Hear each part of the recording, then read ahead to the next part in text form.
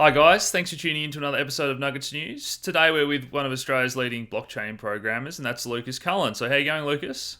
Yeah, pretty good, Alex. Plenty to talk about. To start off with, mate, how long have you been in this space, and how long have you been involved with programming? In this space, so I first heard about Bitcoin in 2010 or 11, I think, around those dates. Bit skeptical at first. I was working for one of the bigger banks, software engineer, studying math, so I kind of just fit within that Venn diagram of my interests. Done a bit of I guess, back in the day, like burning DVDs and all those breaking encryption and protocols. So I was like, well, how come we can't break this stuff? Doing FPGA stuff before that as well. So yeah, had a look at it and then understood the security mechanism behind it. That this is pretty legit. So then yeah, got more involved in it in the 2012s, and then being a developer, there's always a big community on all the meetups around the tech space. I think meetups were probably one of the other programmers were in the meetup space very early. And I went to a lot of them to learn about programming languages, and I thought, oh well, there's got to be one on Bitcoin, and there wasn't. So I just kicked it off myself, and March 2013, and yeah, now we're up to 1,500 Brisbane members. That's Um, fantastic. so yeah, being a developer probably kind of getting up to 20 years now, showing a bit of age, but yeah, always out of uni and yeah, working in that field. And what's the average day like for you now, mate, compared to back in those days? Yeah, well, I guess there's a bit more seniority now. Like you're trying to, get into consultancy and those things versus just sitting there and churning out code, being a code monkey. So a bit more skeptical and reviewing projects, or adding that consultation opinion into it, whether it'll work or not. I try and avoid meetings as much as we can. You know, but no, it's all good. There's plenty on. Like I said, we've got a big project doing some refactoring of one of the big exchanges, doing all those smart contracts. So that's going to keep me busy for the next couple of weeks. So Yeah, and just on that, like you said, there's so many projects, and I'm sure Australia's got the same problem that everyone has, that there's just not enough programmers that are familiar with these different languages or just in the blockchain space in general. So, what's that demand side like in terms of how much it grew last year, how it peaked out, and I assume there's less ICOs with a brilliant idea now that the price has bottomed out. yeah, you're pretty right. So yeah, there's also a lot of demand, but then demand doesn't always turn out to actual projects, commercial projects. Every man and his dog thought he's going to build the next biggest thing, raise millions of dollars, and offer tokens for payments. And my position is always cash or Ethereum up front. Yeah. So I mean, some of them are good, but it's like everything. Like we've seen this in the dot-com bubble. Like some good projects just don't get funded, and bad ones do, etc. And some will die out. We're going through that exact Darwinism approach.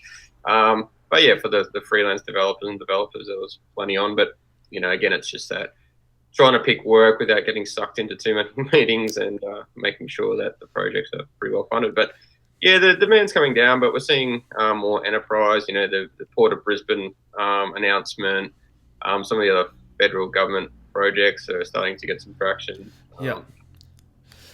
The smaller startups are doing what they do, but the bigger guys are getting into it.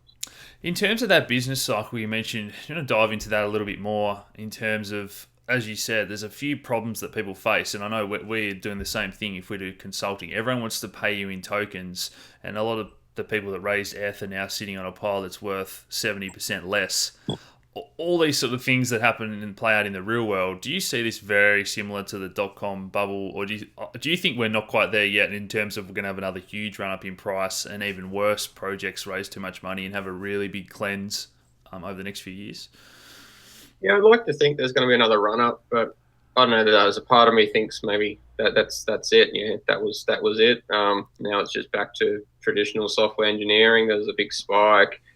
Like I said, the money's maybe drying up, and now we're getting into some real business, which is good and bad. If you don't have a sustainable business, then they just don't print money and make tokens, right? So I'd like to think that it's maturing now, and we're getting into that. Let's use this tech, but it's always, is it going to be this year? Like 2014, saying that this is the year of mass adoption, and yeah, 3 or 4 years later, here we are. But the travel by bits, rolling out the currency. Again, that's what we thought 2014 was. So maybe we're still, yeah. Yeah. I mean, I'm literally working on a video behind the scenes today about what it was like in 14 and 15, and the conversations that people were having, and trying to compare it now. Because I tend to think that we still haven't got, the big players on board and the institutional money, and there's still a whole nother lot of people to come in. But that's just my opinion from what I'm seeing. So, other thoughts, mate, about blockchain? What projects need blockchain? I'm sure you've seen some terrible ideas like us, and as you said, sometimes they get funded, and yet there's some really good projects that we're screaming from rooftops about that can't get the spotlight. Yeah, I guess to me the unspoken part is the price of gas, right? So we had some really, in the 2014s, 15s, like small exchanges wanting to run this. The bullion guys seem to get into it early. And it's like, well, we went from Colorcoin to Ethereum because it was, fractions of a cent. Now we're seeing, deploying contracts at $2. So again, the business models keep changing as the price goes up. So the price is good, but then it also kills a lot of these projects. So it's where, I just say now it needs to be at a $10 cost. So if $10 to write to a database isn't palatable, then it's probably the wrong project. Yeah. Otherwise, you have to engineer into SQL Server, and then it's, well, why use blockchain already? So, the other big end of town, federal government, where $10 a write is cheaper than an Oracle license. So that's where it's attractive. So, yeah, so I think we'll start to go into that, hopefully more enterprise engagements. Any projects that you see, or just industries and use cases in general, that you really think are going to benefit versus ones that are being way overhyped that aren't good uses in your opinion?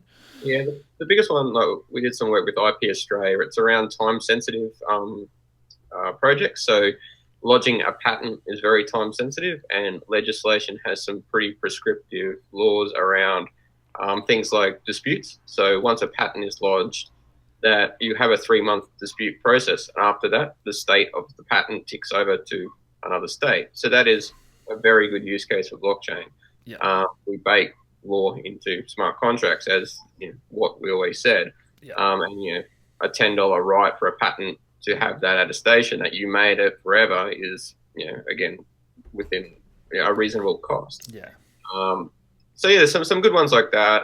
Some other projects around, rights as well. So I think that's one is, birth, deaths, and marriages, those kind of things where a once-off cost and really having that timestamp is very attractive. Or insurance as well is probably a very good time-sensitive one.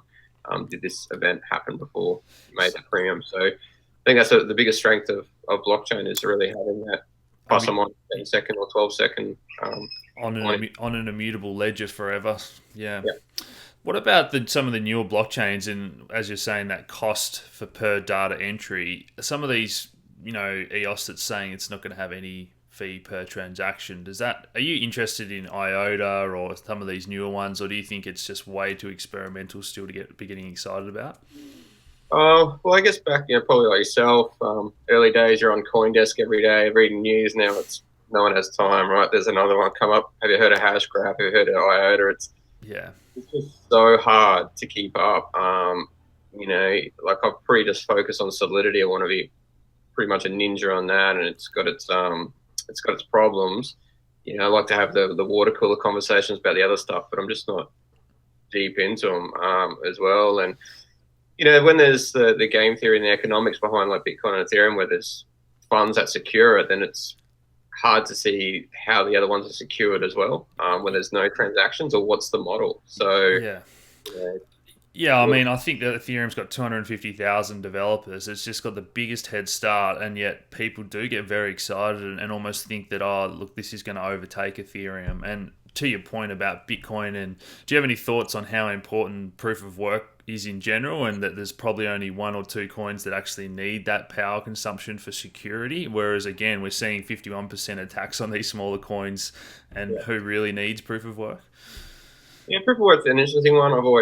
I get it. Like proof of stake, it's a little bit maybe more academic, so maybe it's not battle tested. Yeah, proof of work, you said there's an opportunity cost, right? There's a burning electricity, so it's pretty easy to see how it's secured, by like economics as well. The other ones it's a bit more skeptical, but it's time will tell. These are all experiments. I can be wrong. We can be wrong. Um, Exactly. Those can get wiped out as well if we're wrong. So it's a tough one. But Yeah. what we see now in 10 years are going to be totally different. Like Ethereum and Solidity, it's not fit for purpose on a lot of applications. They know that. It'll evolve. It'll change into something else, or something else will probably take it over. So there'll be all different mixtures of technologies, just like the internet. Yeah. If you've done any development now, there's hundreds of different JavaScript frameworks. It's just choose the one that suits you. Yeah. Yeah. Zero sum game. We've probably been a little bit skeptical, mate. So is there any things that you're kind of future that really positive about? What are you most excited about? What do you think the future looks like? Do you think it's more of a chance that this does succeed? Are you still leaning towards that? Hey, this could all just blow up at any day, and is that likely in your opinion? Or Well, it's not likely. Like, we're probably around the same age where we saw the internet came on.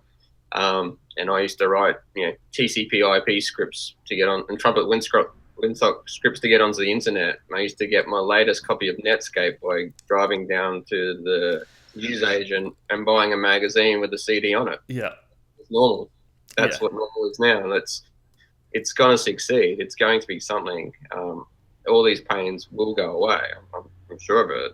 And unlike the .com bubble, there's a lot of money now behind this with token sales and crypto. So it's going to work. We don't know we're all trying to work out what that future is. I'm sure there's going to be big innovation. We'll look going, oh, that was obvious. yeah, So, yeah, but also just back to internet protocols, when we're at uni, we used to learn like the 7 layers of TCP/IP. I wonder if they still even teach that. Like, no one cares anymore. Just plug in a router and it works, right? So the fundamentals will be secured, just like IPv4. No one ever touches it again, and it'll just work. And then we just build the real stuff on top. yeah. So we're still digging around in the network layer at the moment. Yeah, if we get mass adoption, there's going to be a lot of people using this that don't even realize what's happening on the back end. They're just looking at these friendly interfaces. That's the plan. Exactly. My 3-year-old can start an iPhone and do stuff. She doesn't understand what's going on behind it, and nor should she. So Yeah. it'll be the same.